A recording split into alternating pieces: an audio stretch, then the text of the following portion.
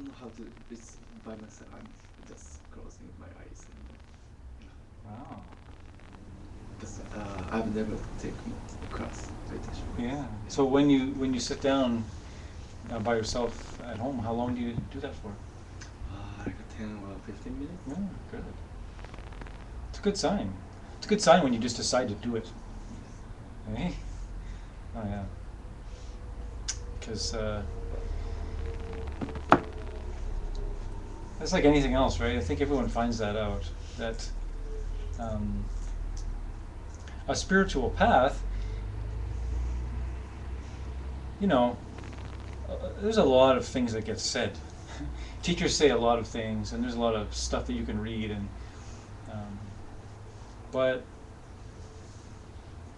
even though we do need the words of someone, a teacher, and then we need their advices, especially when things get rough. But if you don't have that type of mind that just decides, right, I'm just going to do this, it won't work. Right? It's like it takes that.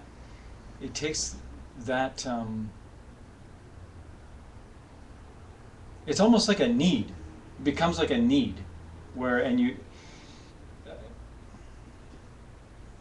don't at first maybe you're flirting with the idea a little bit, and you're maybe meditation, and you try, and then it turns into a path for you when you just decide. You just decide, I'm going to do it, and then you'll find that you end up doing like Ken. You just okay, I'm just going to do it. I don't have a teacher. I'm just going to do it, and you sit down and you just try it out. And I think those kinds of things end up leading you to a teacher. Right? Like there are many ways to ask for a teacher. One of them is just like trying to do it. Uh-oh. Sounds like a person. Somebody. Maybe they need some shoes.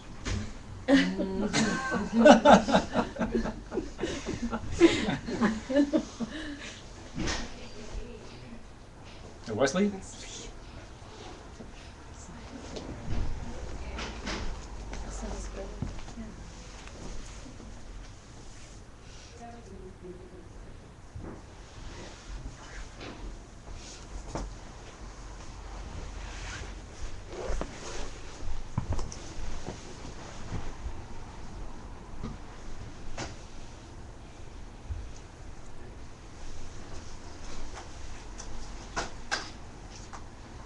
Wesley, good evening. Hi. Glad you could join us tonight. If that was me, I locked you out. Sorry, Rusty.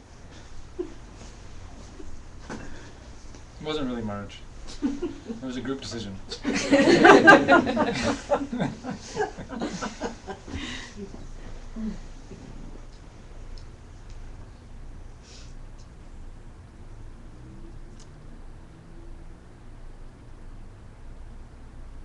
Yeah, how do you get comfortable, right?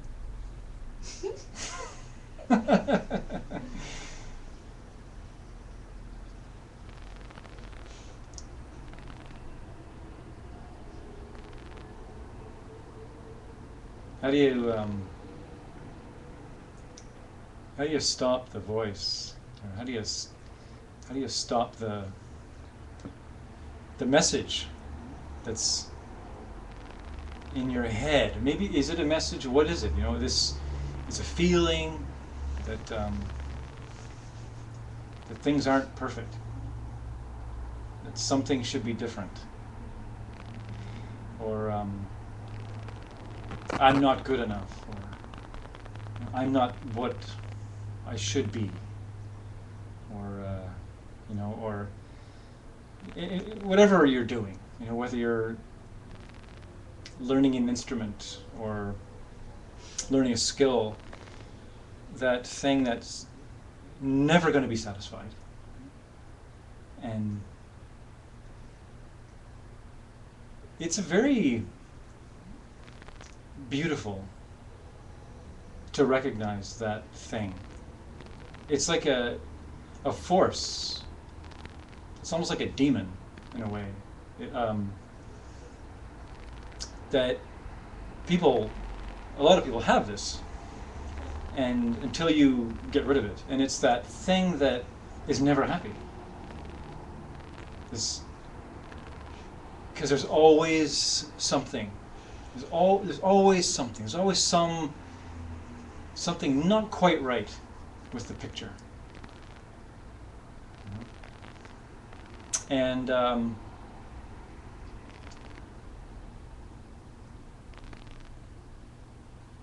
the disease that most people have is that they believe that there's something wrong with the picture, and not the person looking at the picture. Because the picture in and of itself, whatever you see, whatever we see in the world is what we see, is what's appearing. It's not its fault. Right? Like however your house looks, or the road you're walking on looks, or the people in your life look. All the discomfort you have with it, all the like competition you have with it, all the even the beautiful things about it that you have with it.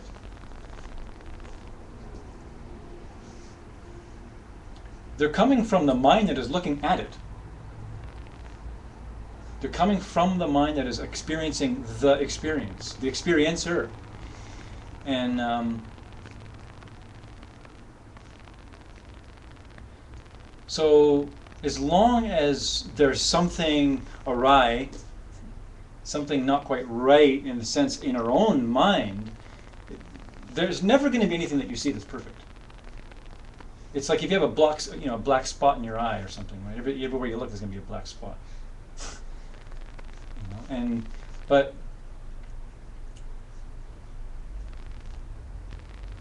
that's why we meditate, is to get rid of the black spot in our eye, to get rid of the misunderstanding.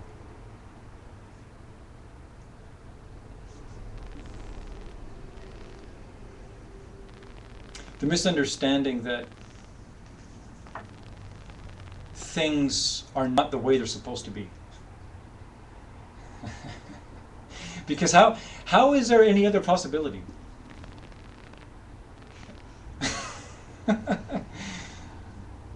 But it's like things are as they are because they're supposed to be as they are.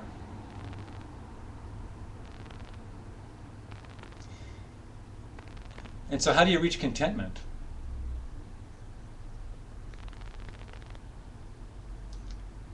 Before contentment, there has to be an understanding that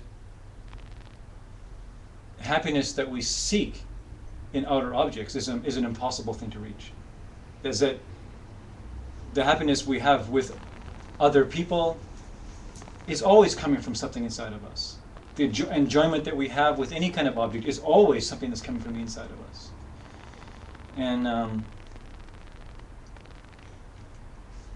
the trick is to figure out a way, a path, find a teacher or someone that is going to teach you ways to view the world so that your mind changes about the world that you see. Because that's like getting onto renunciation. That's like, and that's a word that is not really understood. I certainly didn't understand it when I first heard it. Some people hear, oh yeah, you have to have renunciation, I need renunciation, and they immediately think, well, does that mean I need to sell all my stuff and live in a cave or something to become a hermit? That's not what it means at all. In fact, you could have a very beautiful and luxurious life and have perfect renunciation. Perfect renunciation. And you could also live in a cave and have nothing and have no renunciation, no true renunciation. And when I say renunciate, I mean, what are you saying no to? And so all you're doing, like true renunciation, is just saying no to the idea that this brand new car actually has the ability to bring me happiness. There's nothing wrong with having a brand new car. There's nothing wrong with having a brand new anything. You know, there's nothing wrong with having the perfect job.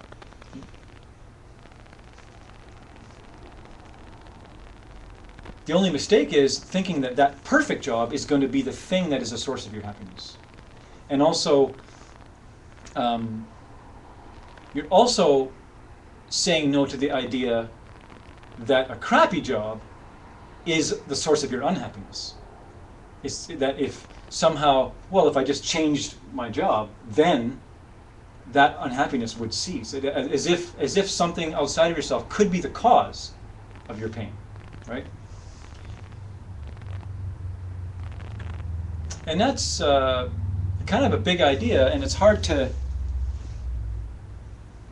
keep that in your mind as you go through the day, right? There's a lot happening these days.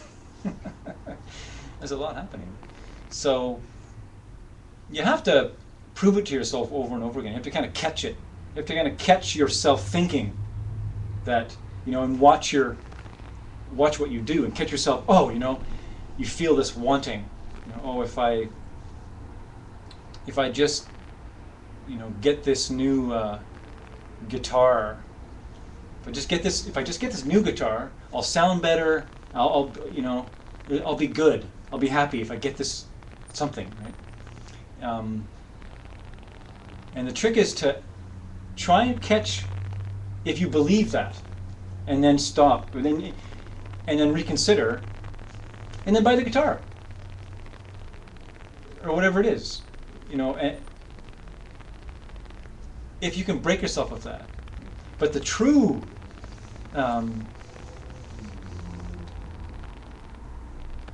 of the crux of the matter is understanding what's even further back than that.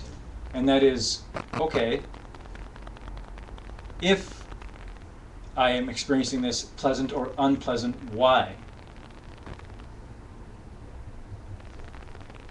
There has to be something that causes that. Or is it just random? Right? Is it just a fluke that I like this person, you know, or I don't like this person? Is it so? Then, in meditation, we can analyze these things and go further and further back till we try and go further and further back and find what's causing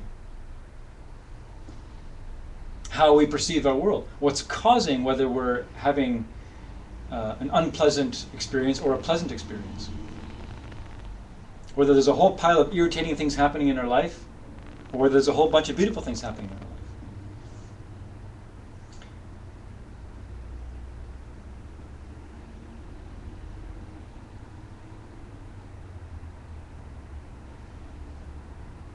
What do you think? What do you think is the cause, right? What do you think?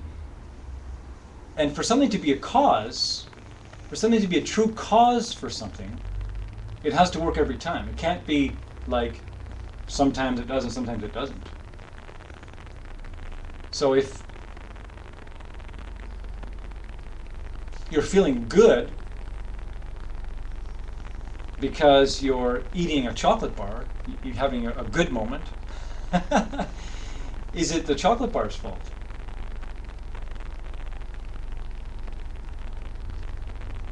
What do you think? No. You're saying no. It's No. not the chocolate bar's fault. I've had a chocolate bar and anticipated to be delighted in having them.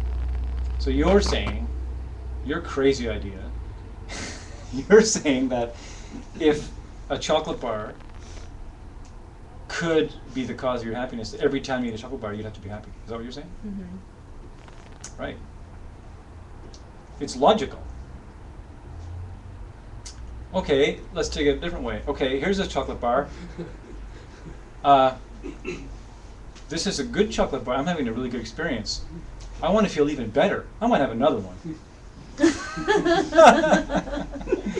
I've also done that. Or is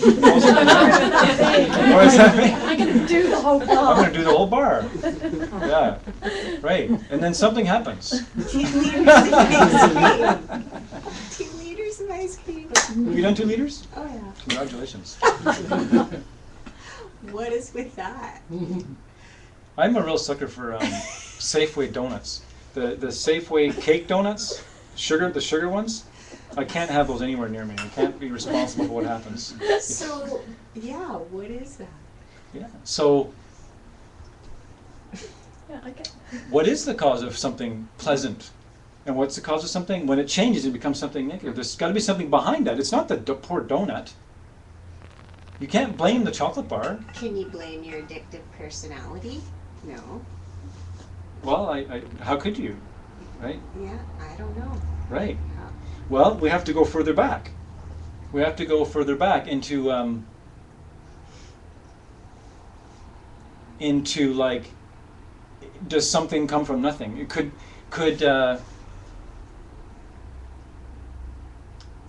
it be random? Could it just be that anything could happen any old time, and that there's really no real cause for anything that we can say? Is that a possibility? Is that just a big old crapshoot? It doesn't really matter what anybody does. That seems a little crazy, doesn't it? If we think of it like planting, if we think of it like farming, Jesus was all over this, right? You reap what you sow. Like, how can we expect to actually receive anything or experience anything positive if we treat our world or anybody else negatively? If we're like greedy or selfish or not generous, or you see somebody in need and you just like feel this, no, I just not today, or I don't have the time for you, or but in a agitated kind of afflicted way, like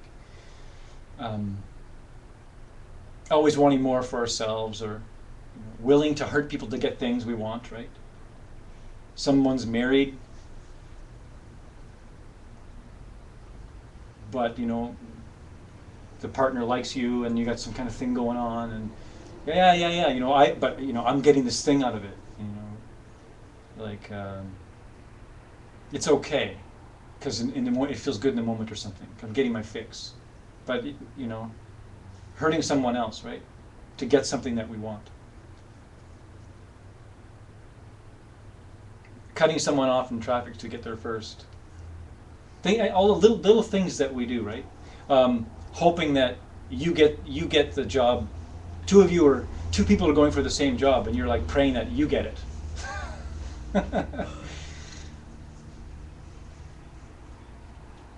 You hear something on someone close to you does, or someone does something amazing that is wonderful, and inside your head there's like, ugh, I wish that was me that did it.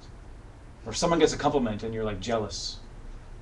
How can those kinds of things bring about? Could they be the cause of a blissful, positive experience? Could those kinds of things actually, like, if we want to call those movements of mind, decisions of the mind, could those kinds of things be a seed that could ripen into a beautiful experience?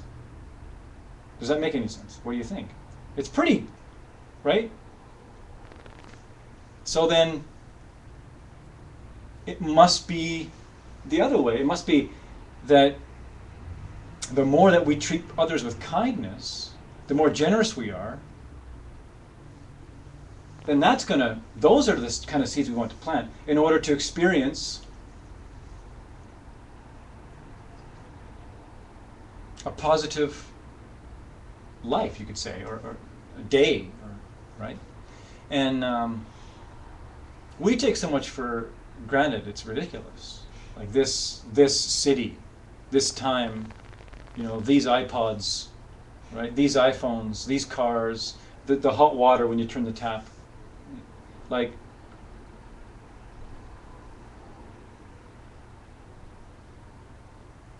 because if everything comes from something that we've done, and everything in our world is manifested out of some first initial seed that we've done, then that means that every single thing that we ever experience, every single good thing that we have, every single negative thing that we have, all comes down to, well, three things. It all comes down to whether you planted a virtuous seed, whether you planted a negative seed, or whether you planted a neutral seed. Because there's lots of neutral things going on. All the things that we kind of don't notice. That's just like the filler. It's like all been sort of created from neutrality or neutral kinds of things that we've done. Because if you can get that one thing and embrace that one thing, then you can handle any situation. You can mentally handle any situation. You can avoid being completely thrown against the rocks in any situation, because then you can say, oh, I brought this upon myself, be it good or be it bad. So, now, I'll ask you this. Is it possible that the instant that you do something nice for someone else, is it possible that that seed you planted is going to instantly ripen?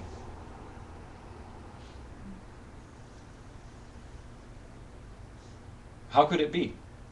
How could it be that you could actually, oh, you're thirsty, let me get you a glass of water? If it was instantaneous, then you'd be handing him a glass of water and drinking at the same time. Or you would give him a glass of water and turn around and somebody giving you a glass of water. Or you would walk down the street and give someone a loonie, and then you walk 2 feet and someone will give you a loonie. So there's something else going on, right? Or what about if, we see it all the time. We kind of, it's proven to us all the time, but we don't really notice. Like, yeah,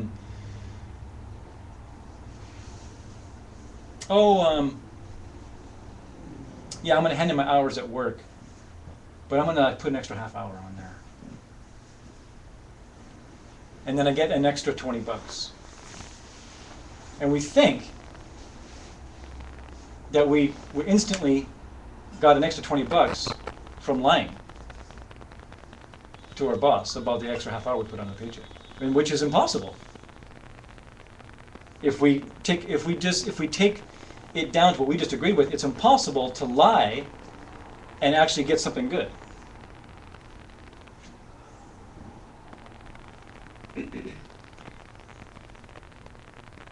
So really, what's renunciation is understanding that and then going, okay, this car is going to work out for me if I've been good to people. This car is going to take me all kinds of places that I want to go if I've tried to get people where they want to go.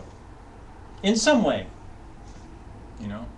Or when you're driving and the car breaks down, you understand, okay, well, I guess I should have given more rides, or I should have helped some people more, instead of thinking, oh, Toyotas are crap. All Toyotas are crap. Or shouldn't have bought this car. Or that jerk who sold me this car. It's immediately you become responsible for your reality. And so then when things happen, you can separate all the instances and you can have a formula. So because there must be some kind of gap in time between when you plant something and when you receive it, then we should be okay if we give somebody a flower and they slap you across the face. Because if you give them a flower and they go, "Oh, thank you, you're so wonderful," that didn't come from the flower. That came from something you did before.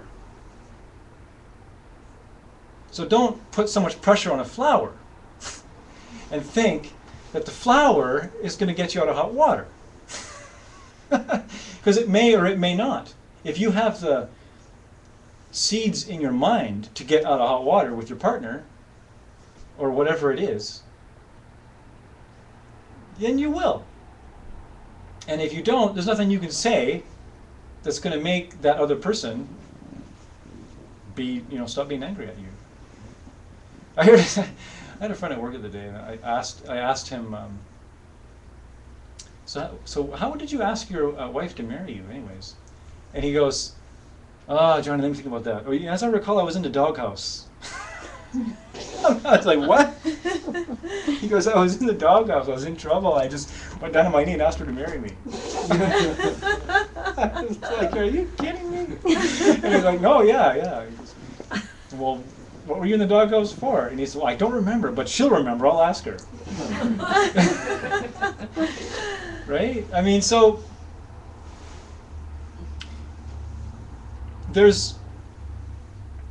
I just heard about a situation the other day. Someone, this is like a musical world kind of story, where someone had gone out on a limb and spent lots of their time like writing up grant papers or whatever it is that they do to try and get this person funding from the government, right? So that they could get a bunch of money and they could do some like recording or whatever it is they wanted to do. And the person that was generating the funds was assuming that when this person got the funds, that they would use them to record. They would use their studio, and they would be the person doing the work. So this person spends lots of time, jumps through all the hoops, and gets this other person a whole bunch of government funds. And then this person who gets the funds decides, great, and just goes somewhere else and uses all the money somewhere else. And doesn't use this person. Okay, so let's look at the situation. If everything that we've said so far, there's got to be a time gap between when something gets planted and when something actually ripens. So you've got this situation where it looks like someone's being a jerk. It looks like someone was treated unfairly. And someone is angry about it. And maybe someone doesn't even care. The person who got the money is up, maybe they're not even thinking about it. Who knows? But if you look at it from the eyes of renunciation, with a different kind of understanding of how things happen, could the person who did all this beautiful work to get this other person money, could they experience something negative from that? Could that be the cause of having a really negative experience? You just recently agreed that they couldn't, right? Sorry, say that again? Could the cause for having a negative experience, so let's say this person gave all their time, all their efforts, got this person some free money from the government, could that be a cause for something negative to happen to them? Being completely giving and generous to another person of their time, of their knowledge. Could that be the cause of them having a negative experience? Yeah. What do you think? Well, the negative experience is because they did it for the wrong reason. But if that's not Be careful. right? Let's just break it down into, let's just break it down into just actions, right? Let's say we don't even know what their motivation was. Maybe the motivation was purely, yeah, I want to help you, right? Let's just say that their motivation was completely, I want to help you.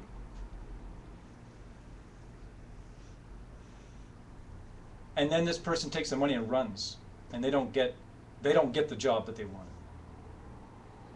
And they feel bad about that. And they think this person did something wrong. And they feel like slighted in some way. And then begin telling everyone else what a jerk this person is. Do you think that it's possible that all that generosity could be the cause of an afflicted negative experience?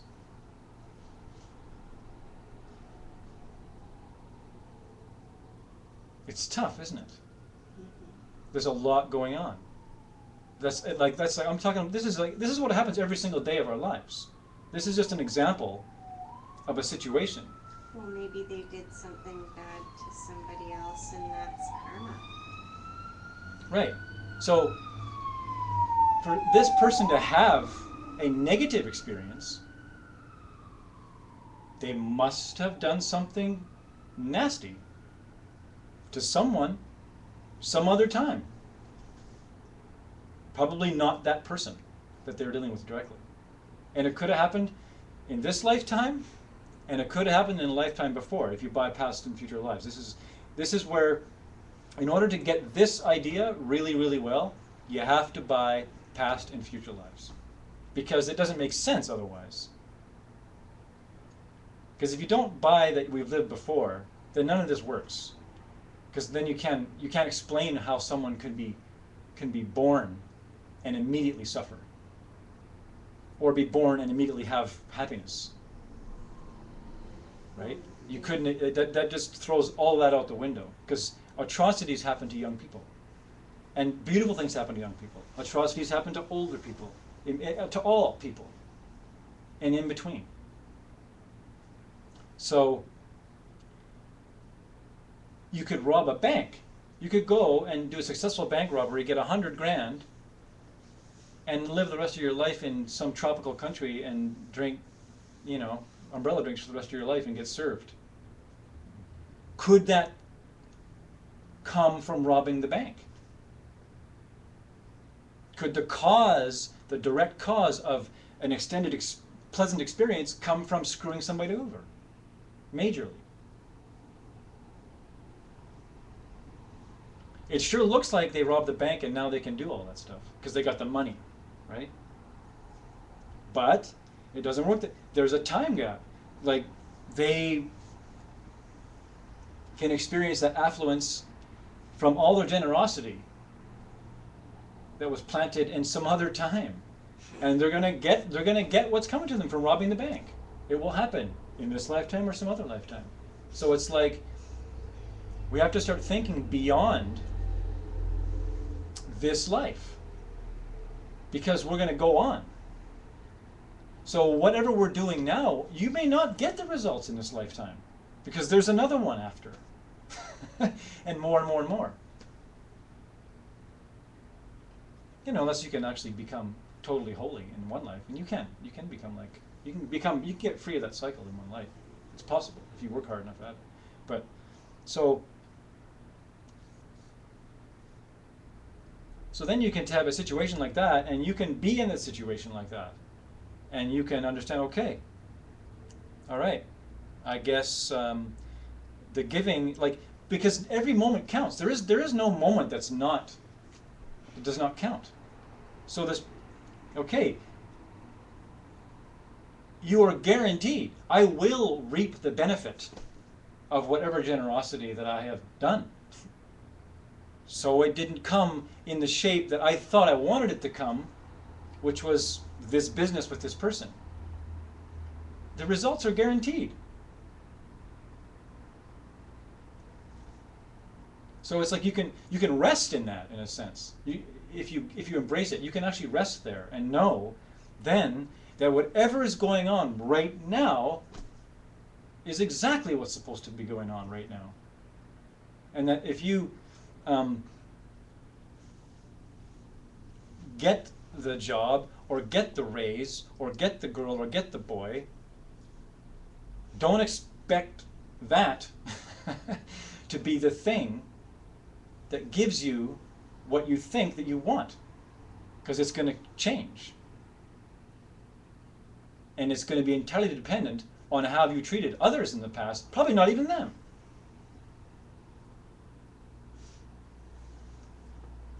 And that's pretty nutty. But it makes perfect logical sense.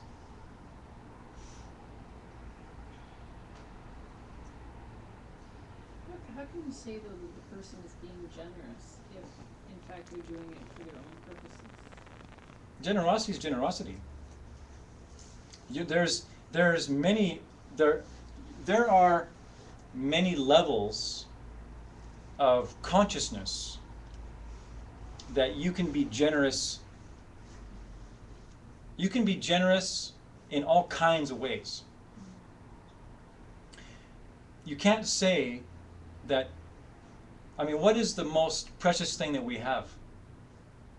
Time. We never know when it's going to run out. We want it all the time. We want some for ourselves. We almost never get it. Right? How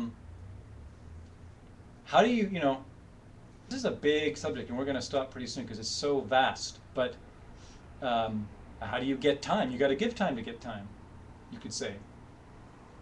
So if you spend hours and hours and hours of your precious time trying to make sure someone else gets some money, you can't say that that's not being generous. If your motivation is absolutely pure, and you're like, I don't expect anything in return, I just want you to be happy, and just do whatever with that. I don't care, just I want you to be happy, and that's the only reason why I'm doing this. That is going to have a different kind of a result. Then, I'm doing all of this for you, I want you to be happy, but I also think in my head that you should do something for me. You're still being generous. It's just not quite clean. It's like, it's a little dirty. It's a little bit stained. It's a little stained. And until a person reaches a certain mental clarity about these things, every single thing that we do is stained with a motivation that is selfish. Try and find a perfect act. What is unconditional love? What is unconditional giving?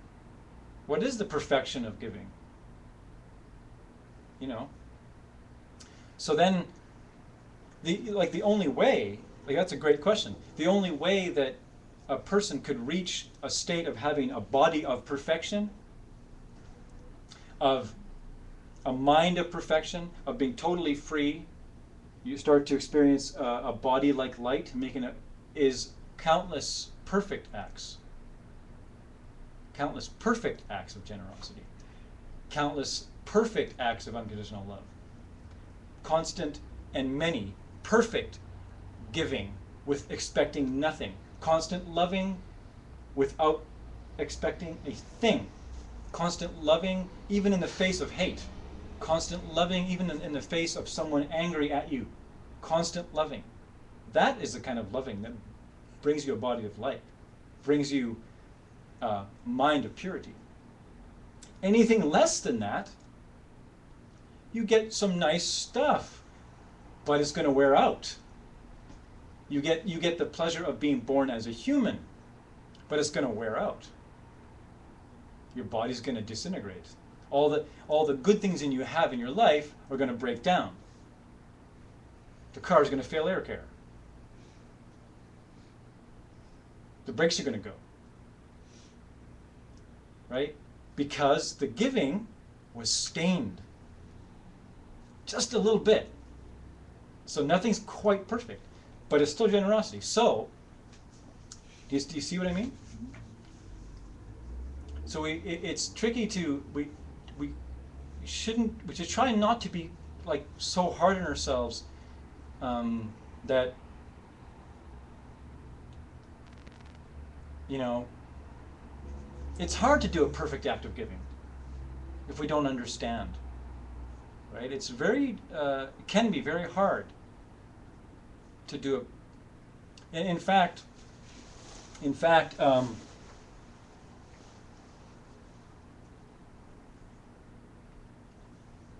Buddhist scriptures, it is said that until a person has meditated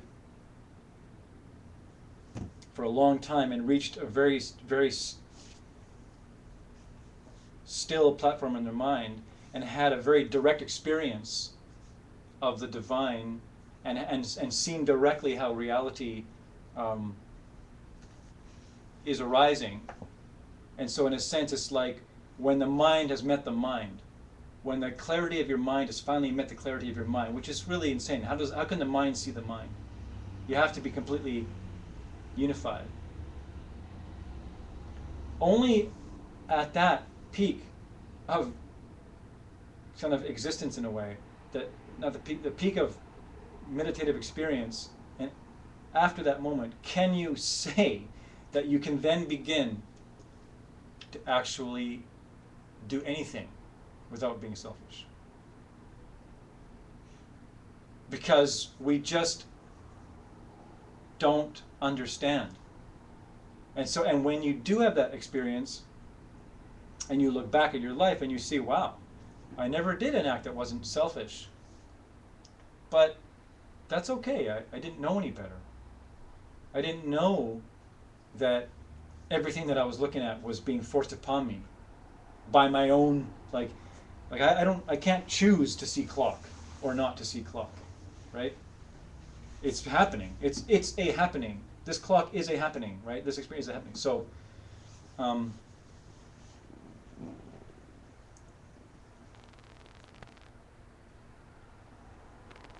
so that's why I keep saying it's better to be, kind than to be right. It's better to be generous than to hoard,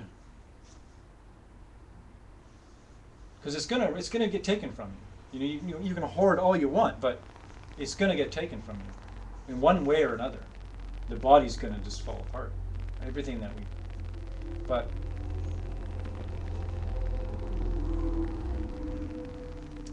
so we have to stop the mind from instantaneously making constant assumptions about reality. How do we do that? We get a still mind. Because if the mind isn't still, it doesn't have a hope. It's being constantly yanked around by everything.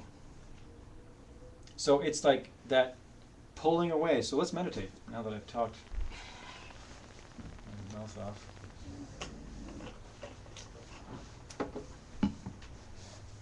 So we'll do a stillness meditation.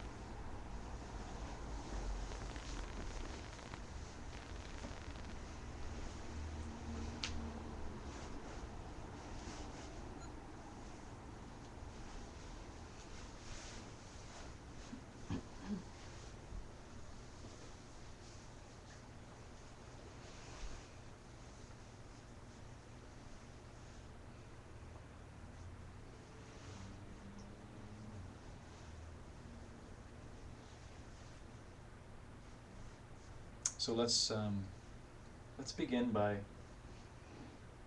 listening to the sound of the bowl and following it, seeing if you can notice when the sound has finally ended.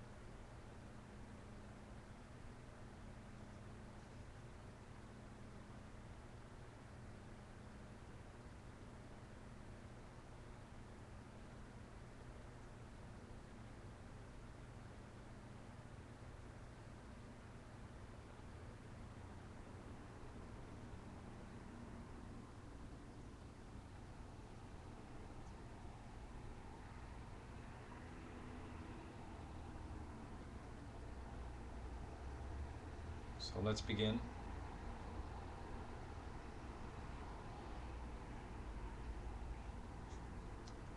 We'll begin by focusing on the feeling of the body where it meets the ground, where it meets earth.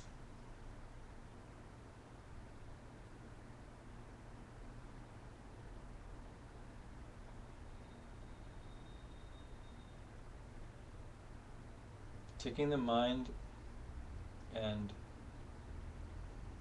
pointing it to the experience, the sensation of where your body meets the earth, the connection. And just notice how that feels.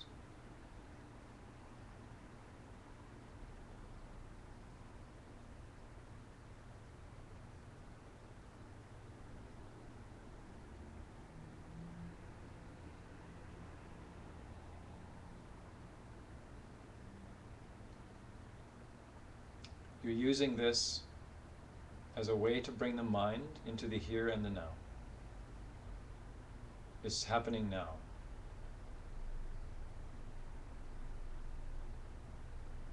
It's a constant now. So be with it.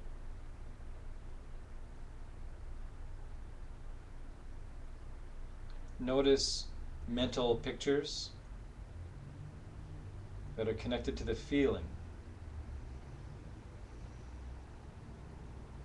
If you see an outline or shape that the mind is saying, oh, this is my legs touching the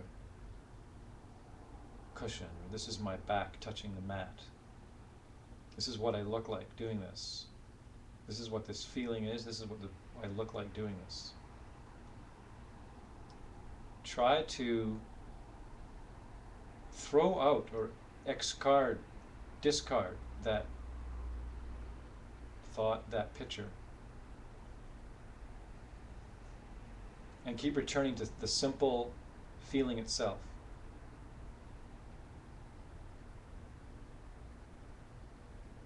You may notice it begins to change.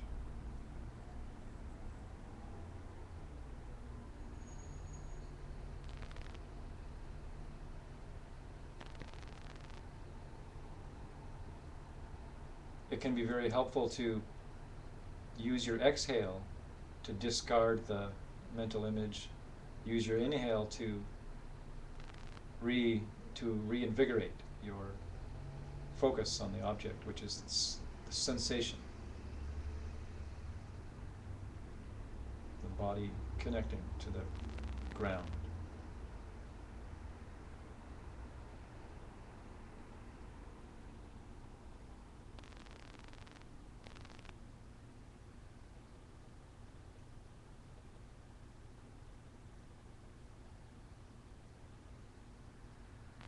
Stilling the mind.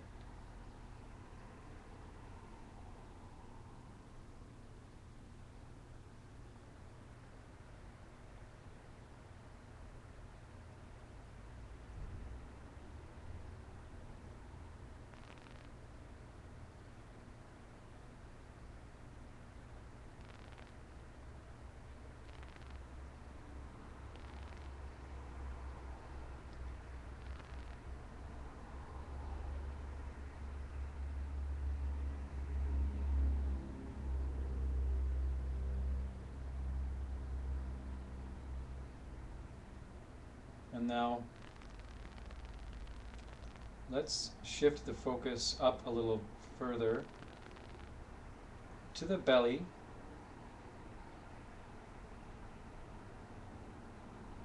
And first of all, as the belly expands on an inhale, also have this inhale extend your crown towards the sky, and you get this nice expansive feeling. Getting a little taller in your seat, or longer as you lay down. And then as you exhale, feeling this openness and this lift.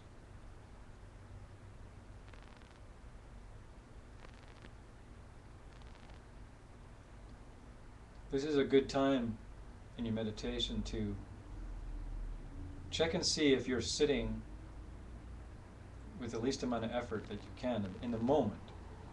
So you want your spine to be as straight as possible with the least amount of effort, and that's going to look different for everyone and feel different for everyone. So you may want to rock back and forth slightly and see if there's a spot, a magic spot that feels like the least amount of effort.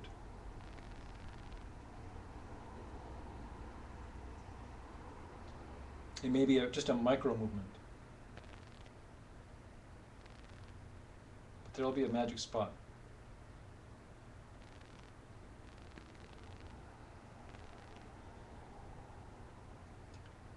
So your shoulders are relaxed. It's helpful to place the tip of your tongue gently at the roof of your mouth, natural where it sits naturally. This also helps with the collection of saliva. It stops this constant need to swallow. And it also helps to relax the jaw.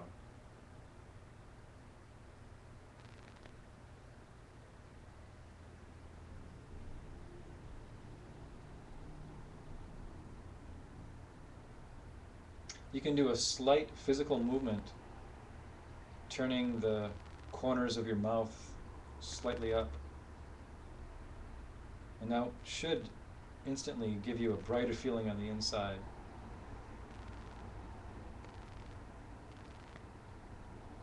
Gentle smile goes a long way.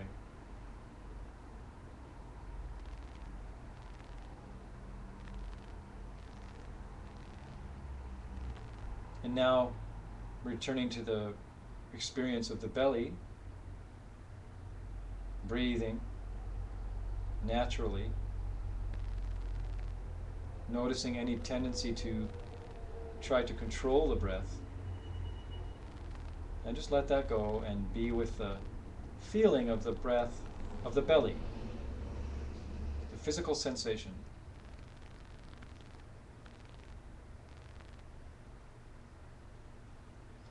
And again, you're bringing yourself even further into the present by discarding the mental process of it, like, oh, this is me breathing. This is what I look like when I breathe. This is what my belly looks like. This is what I look like sitting here. That's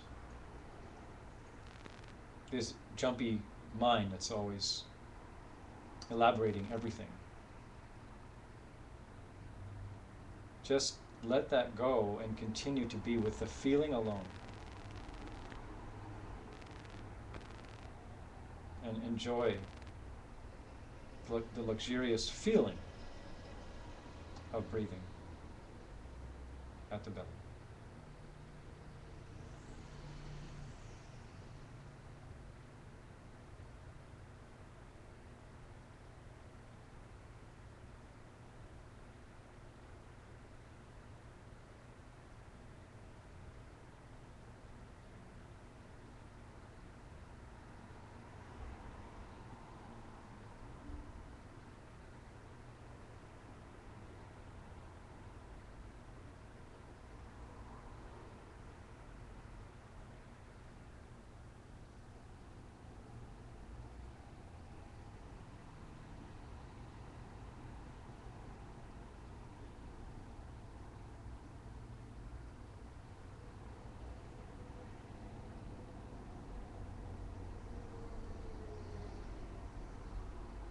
Stay with the feeling alone.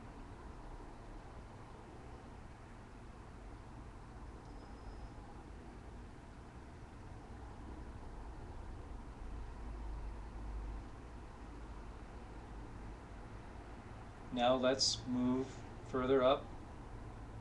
A little more subtle object, which is the passing of the breath at the tip of the nostrils.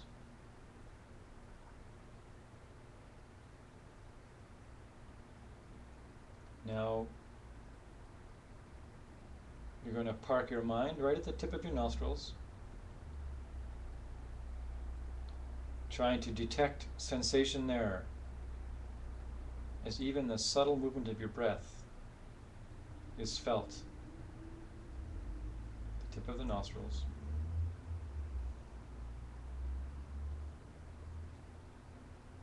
And again, not controlling the breath, allowing it to be as it is.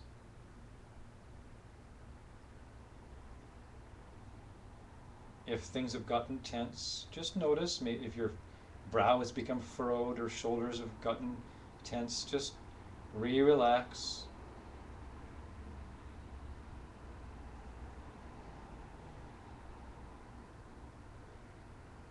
If the gentle smile has turned into a grimace, just bring it back. No big deal.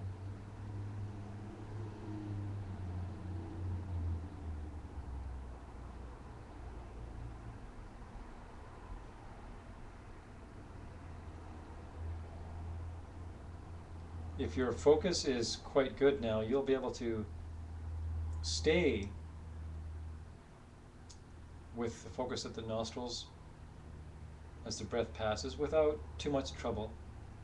You may have to come back once or twice.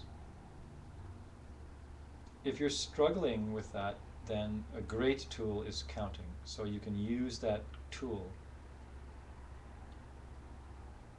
which is at the very end of the exhale.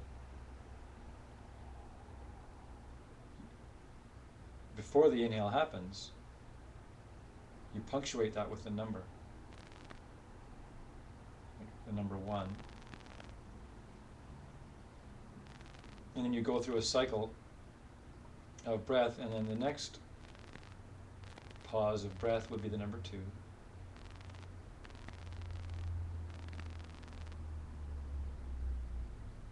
The idea being, if you lose count or forget you were counting at all, and you suddenly realize and you come back, start at 0 again. And be happy that you're back. Remember that movement of the mind coming back to the object is the moment of training the mind. It's a very important movement of the mind to come back. And you should be happy and rejoice and relax. Start at 0 again. If you make it to 10, start at 0 again.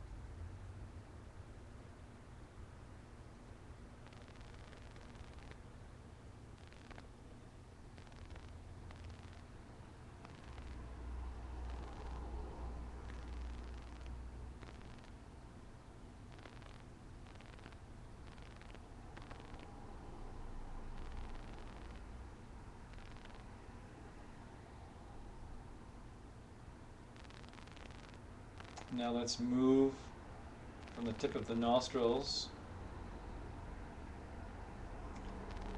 into the center of the head. So you can place a tiny pinpoint of diamond light. Visualize a tiny diamond about the size of the head of a pin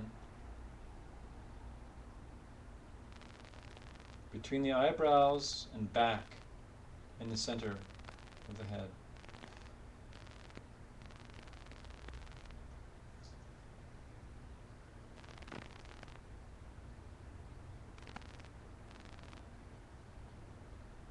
And you've let go of the breath now. Simply focusing on this sparkling tiny diamond in the center of your head.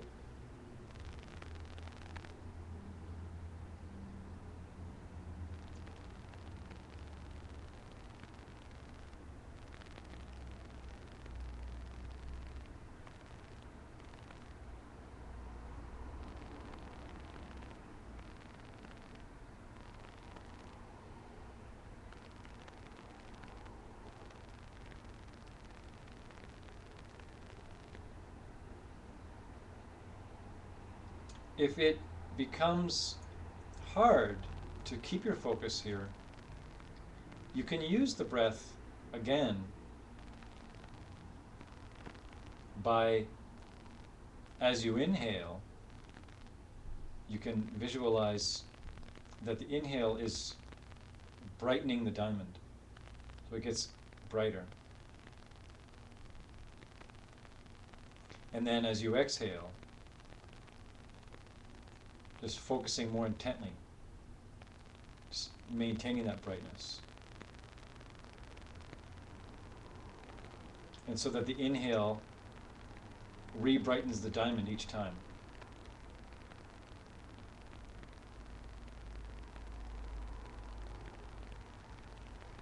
But only if you need to. You may not need to, and you're simply seeing that diamond there.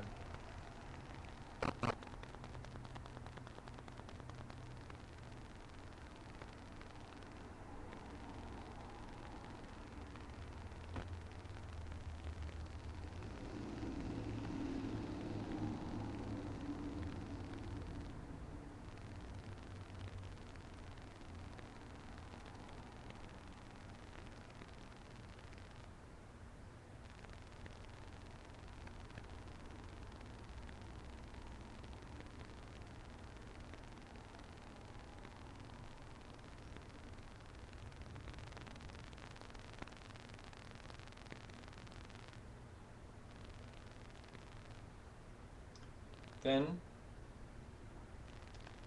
with your mind's eye focused on the diamond, move it in your mind, have it travel backwards towards the back of your head, and then begin to travel downwards, and picture it landing on a perfect lotus flower in full bloom in your area behind your heart, close to the back.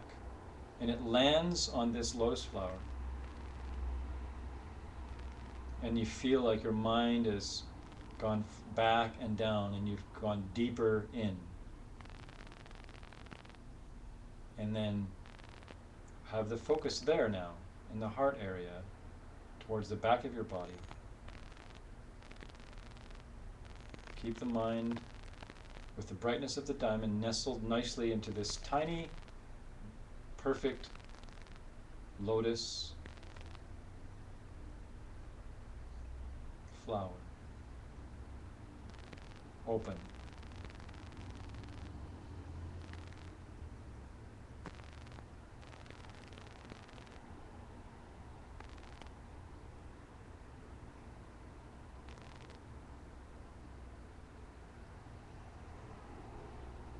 And with your mind, the microscope of your mind, focused on this point, this diamond, begin to notice any feelings that you may be having in that area, any warm feelings that you may have from having your mind's focus taken there, the heart area, the warmth area, the love, compassion area.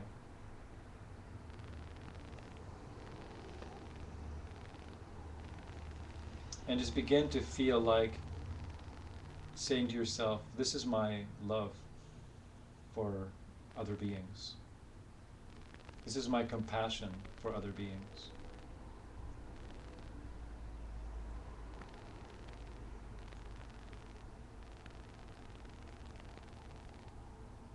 And then begin to see people around you, people that you know in your life, and picture them around you in a circle.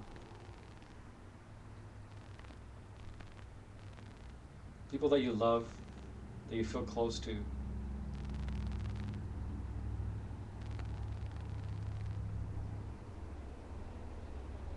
And then, with your mind still seeing this bright diamond at the heart, begin feeling this wish that you just wish them to be happy. And your love for them is strong. And that from this diamond, in this lotus at your heart, flows out a constant stream of your wish for their happiness and your wish that they do not suffer anything. You do not suffer at all. And you just feel that there as you send that out to them.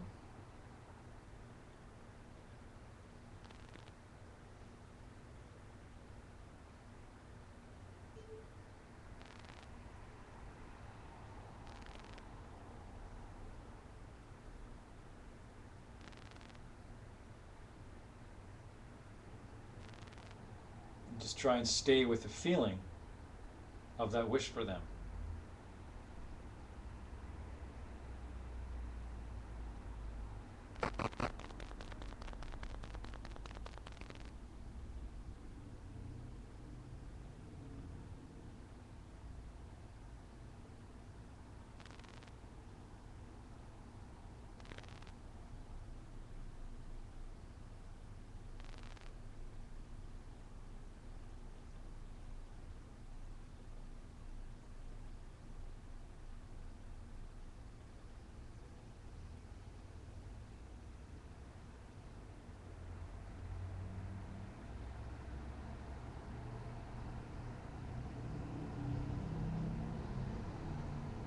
And then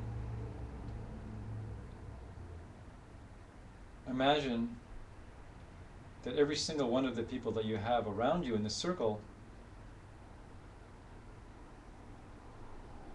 5 more people appear around each one of those people. And this stream of love goes from you to each person, and then from that person out to those 5 people. And then this thing begins to happen very rapidly. Each one of those 5, they have 5 more, and then it keeps on going until from your diamond at your heart, there's just a stream of this love that you wish, and it just keeps going out in infinite direction to infinite beings, as far as your mind could possibly imagine. Beings that fill the sky like sesame seeds in a jar. And all you do is sit with your mind focused nicely on this diamond and just wish for everyone else's happiness. And just wish that no one in the universe suffers. And all the while, you're focusing on this bright little diamond at your heart.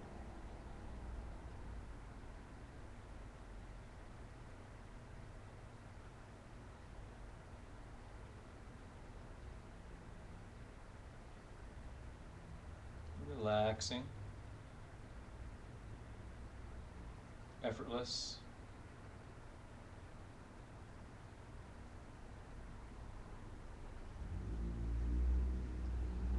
Relating to yourself, relating to yourself in this moment as a being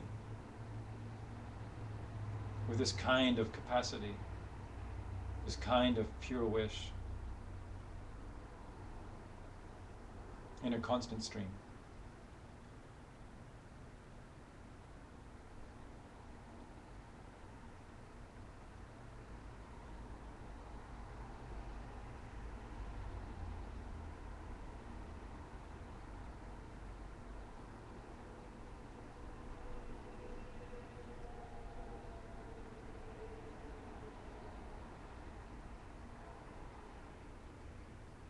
wish that they could get everything they could ever dream of.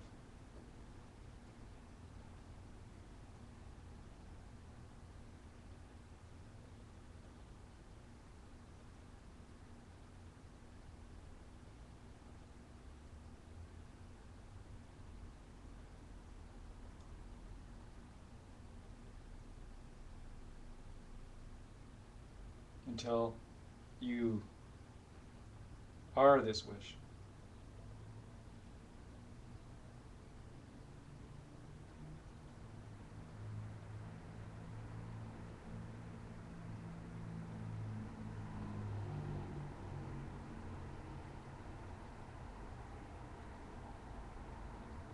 Now let's gently release the object, so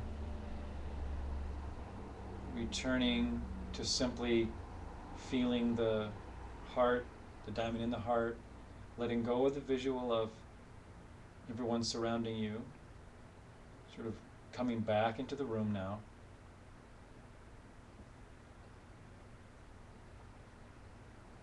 Noticing more the physical sensation of that kind of meditation. Notice where you may feel lighter, warm. Notice any weightless feeling.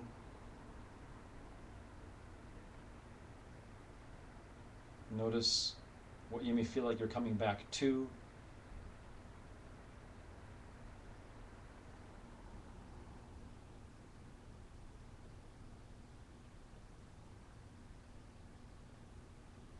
And then as I ring the bowl, just follow the sound gently back.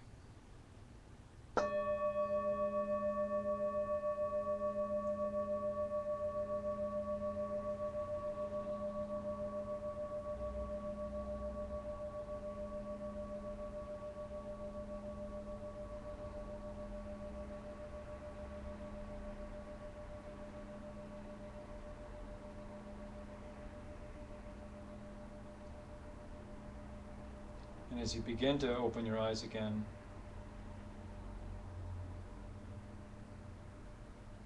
first having your eyes cast gently downwards, just taking in your immediate surroundings, seeing if you can still rest in that peace in your heart as you start to move your body a little bit, wiggle your toes if you're lying down, things like that. And just take your time. We're going to come back to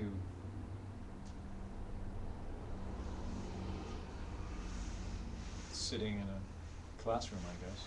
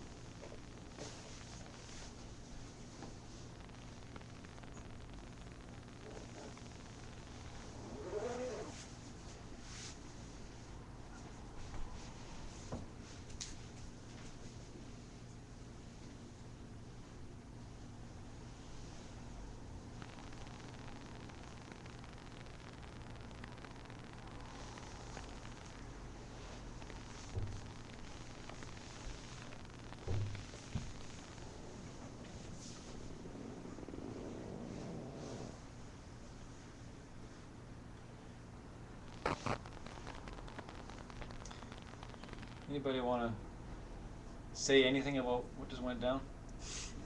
Did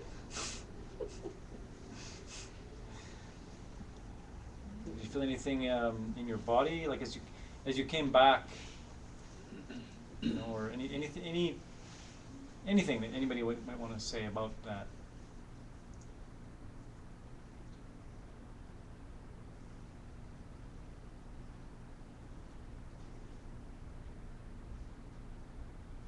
you feel lighter?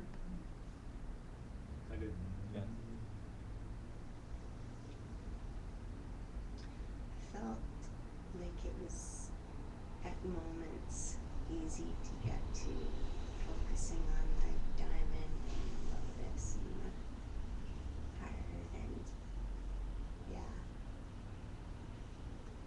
And being able to follow that, your voice into where it was going. Mm-hmm. Yeah. Really good. How did you find it with the people? A focus on the people, and at the same time having kind of an inner and an outer kind of a focus, right? Mm-hmm. You got this anchor with this object here, but you're also generating this feeling at the same time. But you're still have this kind of point that you're trying to make. How was that? Was it difficult or was it easy, would you For say? me, it was harder, like I had in the beginning, when there's me and a few people around, and then couldn't stay there for very long. I was more sort of looking at the lotus and the diamond. I was trying to stay there. Right, so then you could use that as an anchor, right? And you can maybe go out a bit and then come back, go out a bit and then come back. Yeah. Anyone have the same thing where it was like Too in and far. out, there's two objects, but hard to maintain them kind of both, and then maybe once in a while you felt both? Type of thing? Yeah. It's kind of easier to have all the people, and it's kind of reminded me of that Tonglen meditation, something we were doing a while back. Yeah. Something where you had that beam of light that went out to everybody in the world, and Yeah. I found it easier to beam out than Like, to just right. sit there and focus on. Yeah. Yeah, it's like a relief. Mm-hmm. It can be like a relief, right? Yeah. How about you, Ken? You find that? Yeah. Yeah. Yeah. Much lighter. Yeah. Yeah. It's amazing when we don't think about ourselves.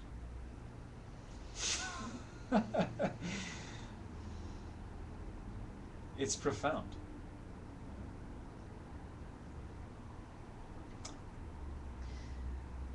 I was just going to say, it felt like coming from a still, stable place that wasn't the normal kind of grasping for something to get back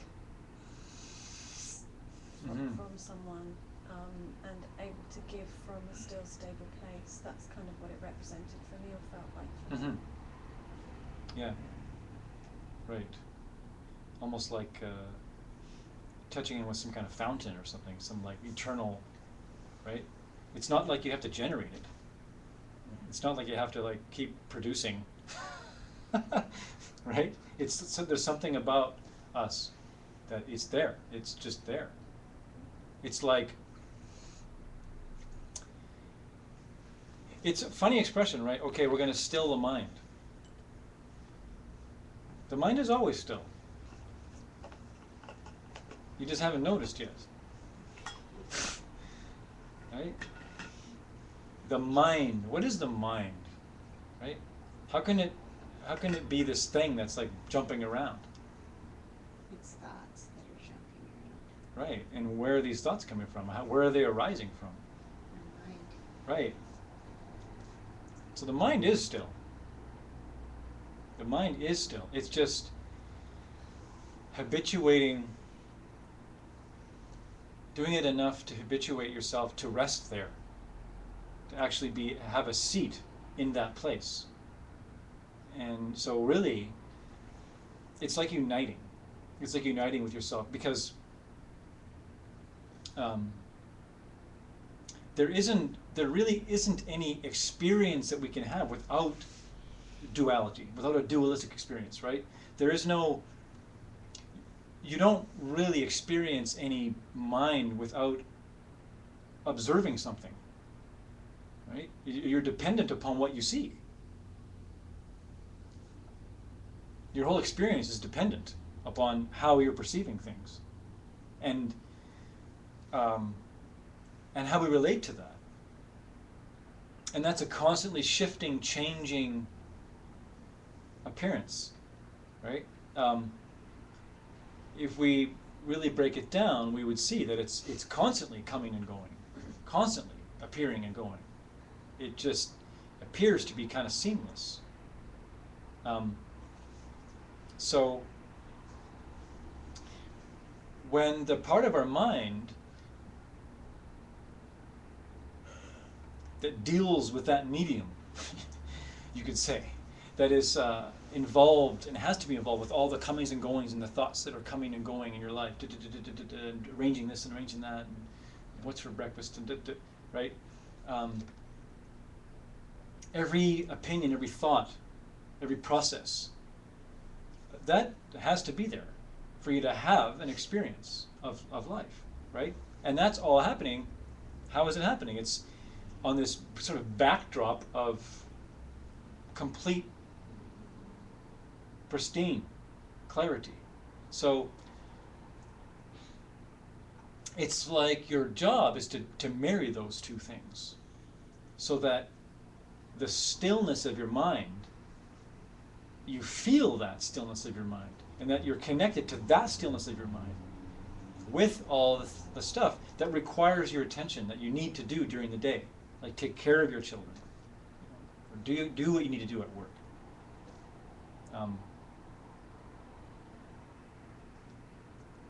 And then so you become mindful.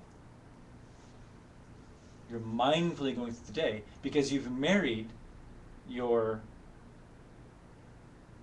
sort of jump around, always ahead of itself mind. It's always, you've married that to this still mind. And that then infiltrates your whole experience. So that's all that we're doing when we're doing those meditations, is we're finding a way for the jumpy mind to rest and actually allow the process of the stillness of the mind to infiltrate. You could think of it like units of light or something, right? So these units of light begin to infiltrate into all the dimly lit compartments or the dimly lit areas. And then you can reach a perfect understanding.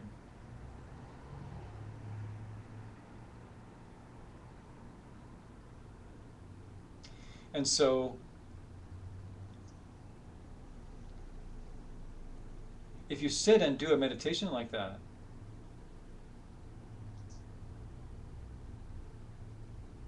and you have other people on your mind, like loving other beings on your mind,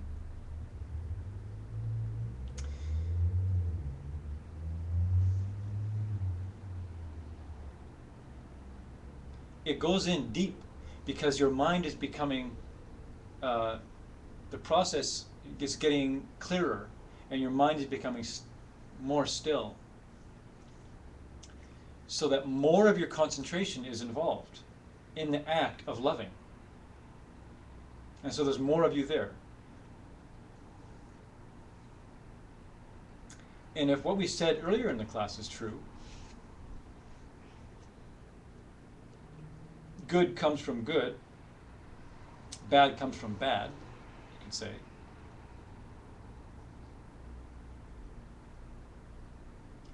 Then it's a great virtue act to sit and try to reach a still place with your mind.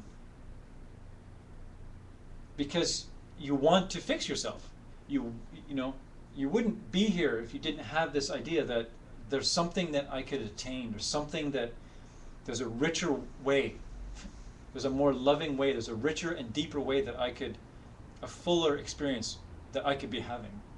I know there is, or I wouldn't be here tonight. I wouldn't just sit down, right, Ken? Right? You wouldn't just sit down, okay, there's something else, there's another way. So every single time you do that, for the amount of time that you do that, you're planting constant, beautiful seeds. that must ripen. So you might sit and have a hard time in the meditation. But that's not from that moment. This is the tricky idea. Because we just proved it in class earlier. Well, the seed goes down, but doesn't ripen instantly. So you could sit down with all good intentions and have a horrible meditation and be all, that was bad, I failed, I did it, And that's not from sitting and trying to get still to help yourself and help other people. It couldn't be. That's from some other crazy stuff that you did to someone else before.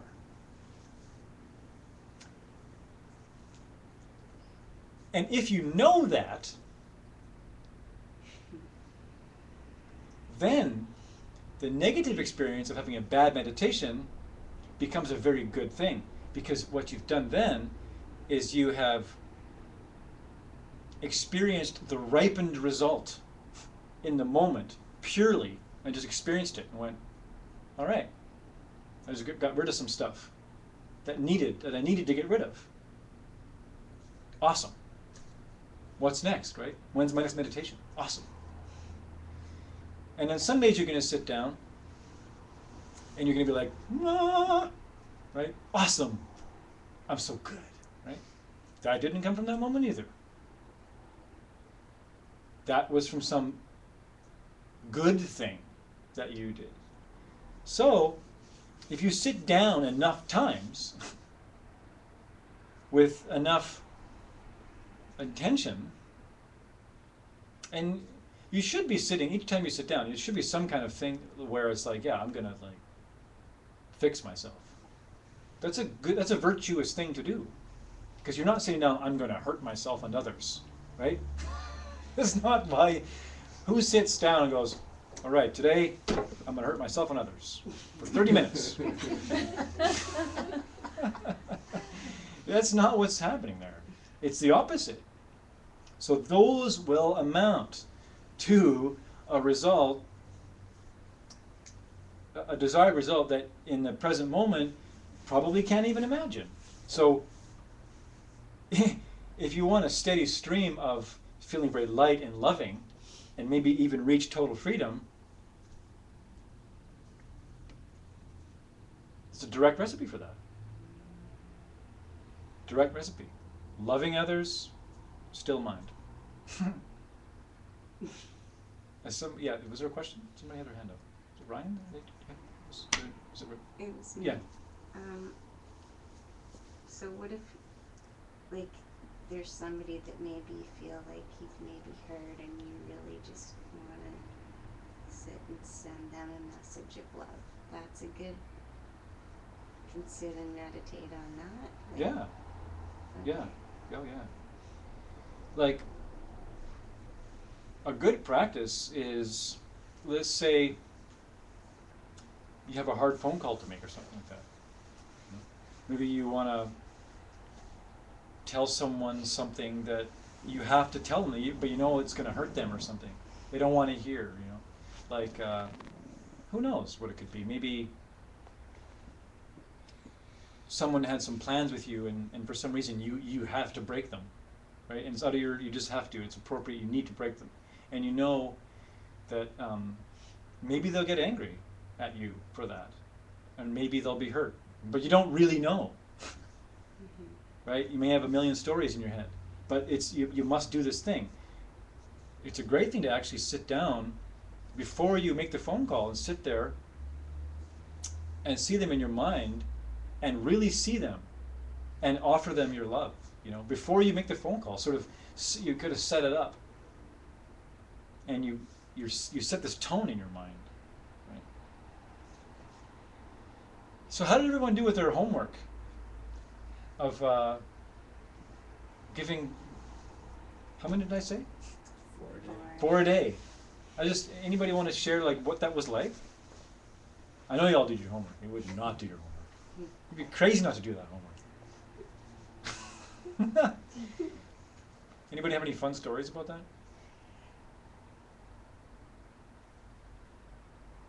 even if you got yelled at. Oh, I got caught. You got caught? Yeah. Busted. Yeah. Well, the guy, he reminded me of somebody. He reminded me of someone who.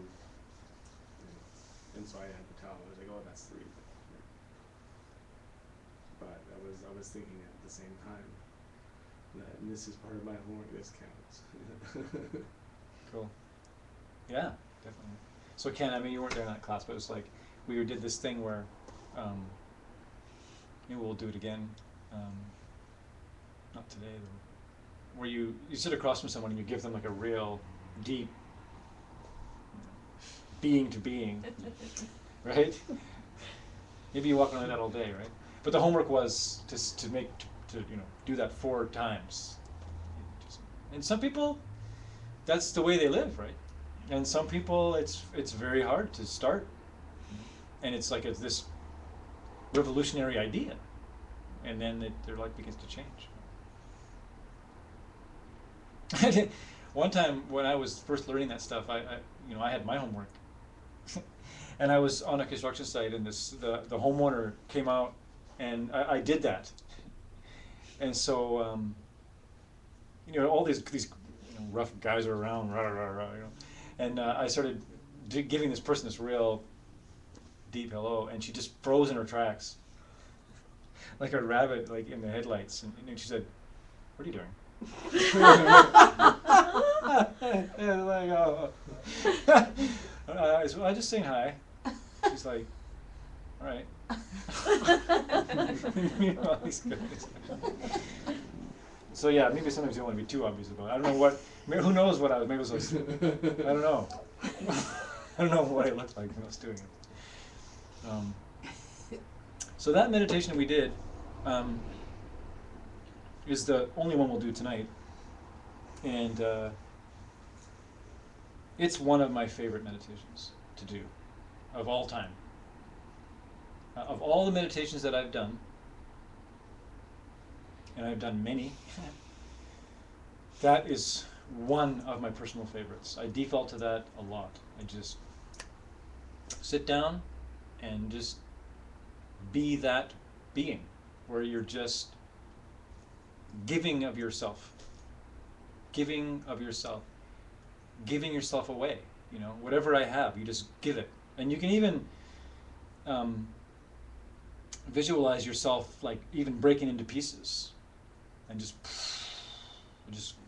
everything that you have, may you have it. May it bring you happiness. You just do that, and you just sit there, and you do that for an hour, and see what happens. Some crazy stuff starts to happen on its own. If you can hold that, like stuff that I can't say in class, that each person will experience differently, and it will happen on its own accord, and you'll know that it's a genuine experience. So how long do you think that meditation was, anyways? Maybe we want to take guesses at the time frame? 35 minutes? 35? 25? 40? 20? 20. 25? It's 30. 30. Yeah.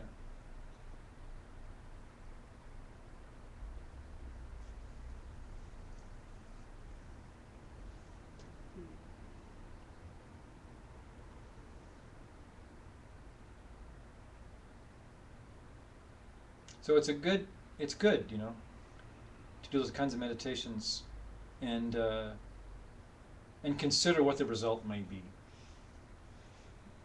And as you're going through your life, consider what the causes of this or that is, right?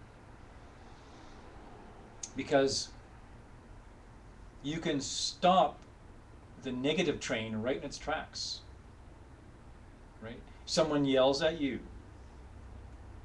If you know the causes of things, and someone calls you a name and yells at you,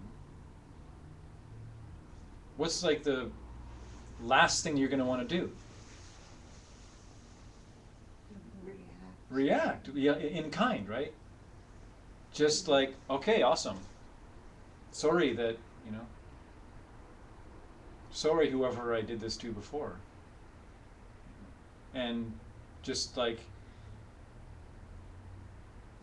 take it and don't retaliate, because all you're going to do when you retaliate is you're putting more fuel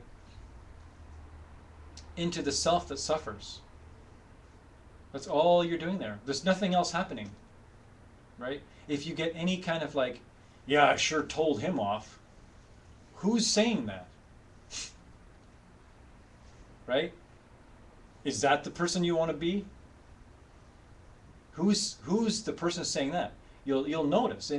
If you build your stillness, you'll begin to notice all these personas that we have.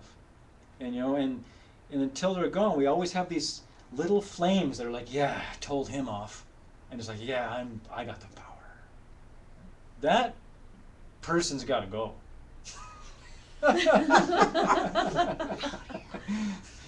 That person's like not doing anyone any good, especially not yourself, right? So, but that doesn't mean that you let people walk all over you, anything like that. It just means you understand why it's happening, right? You can say to them like, whoa, you know, that's enough. Maybe you could even get really brave and give them a hug or something, because clearly something's going on, but maybe not. Maybe you just want to get the heck out of there. But so what do you do then? Like, I mean, you don't want to react, but you don't want to. Do you know what I mean? Like, Yeah. it's a hard question. It is. But do you Yeah. are you just still then? You're just still, and you just, is that what neutrality is? Is that when you? neutrality is, I mean, if you can reach neutrality, then you wouldn't be afflicted by it. Right. Right? It's like you're either just gonna, like, if the best that you can do is simply just like hold your tongue, Mhm. then that's the best that you can do. Mhm. Right? If it's one better, then you don't even have to do that. You're just quiet, and because Mhm. you can diffuse a situation. You can diffuse many situations by simply being quiet.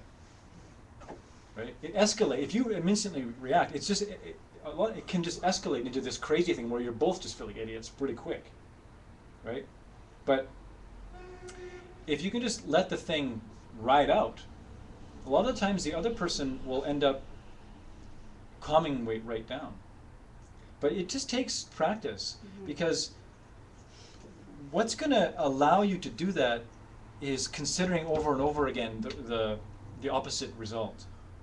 It's going to take time Mhm. to not instantly, right? It takes, and you're probably going to fail maybe quite a few times before you end up having this habit of just not reacting to violence with violence or anything like that. Mhm. It takes a real kind of like, okay, I know that if I yell back, I'm just gonna happen again. Like, for example, this person I know was at a party, and this other guy came up to him and just grabbed him by the head and just went wham, wham, wham with his head into his head. And he was like, and I didn't know, there was no reason for him to do this, and he was like, oh my god, it's a bad. Anyway, and then he didn't do anything, and he just kind of laughed, but it was just the weirdest, what a horrible thing to happen, and what do you do in that situation? But he walked away, and I guess the right thing. I mean, yeah, I don't know. I'll give you a kind of an example of that is my experience. Because if you're having a negative experience, if you're suffering, you have causes to suffer. It's that simple. If you don't have causes to suffer, you can't suffer. You can't experience certain kinds of suffering. So when I entered like the workforce, you could say, as a young man in construction, I had experienced a constant stream of really angry, yelling, jerk-type bosses that would pick me as a scapegoat, like a lot. And I was the guy that was showing up on time all the time, doing my best at work, trying to do a good job, always, every day. And I always found it very confusing, because I was always getting yelled at, always. And this continued. And I also experienced like physical violence from males early in life, but I never yelled back, ever. I think I did one time. I yelled back one time, and I don't know how I didn't. To tell you the truth, I look back and there was one time I said to one fellow one time, I said, "Do you know that you treated me like a piece of crap all day? Are you aware of that?" And then he turned red and he said, "Well, you weren't doing this." And I said, "Well, actually, I was doing that. And even if I wasn't doing that, it doesn't justify your behavior." And he quit. He actually retired the next day from construction.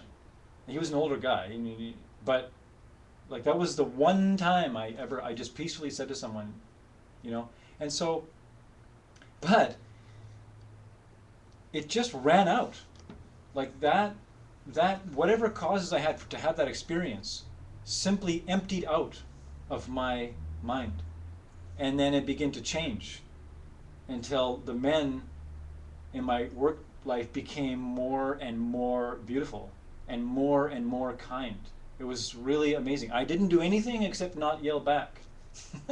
I was the same through the whole thing. Showed up at work on time, did my best. I do my best.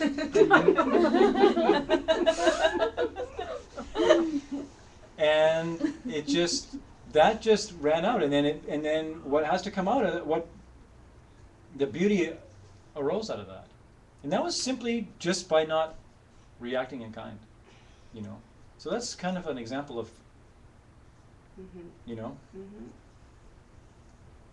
We're way in late now, so I'm sorry. Video. Oh, yeah. So thanks for coming, everybody. Thank you. Yeah. Thank you. If you could do this. Thank you. If you insist. Do.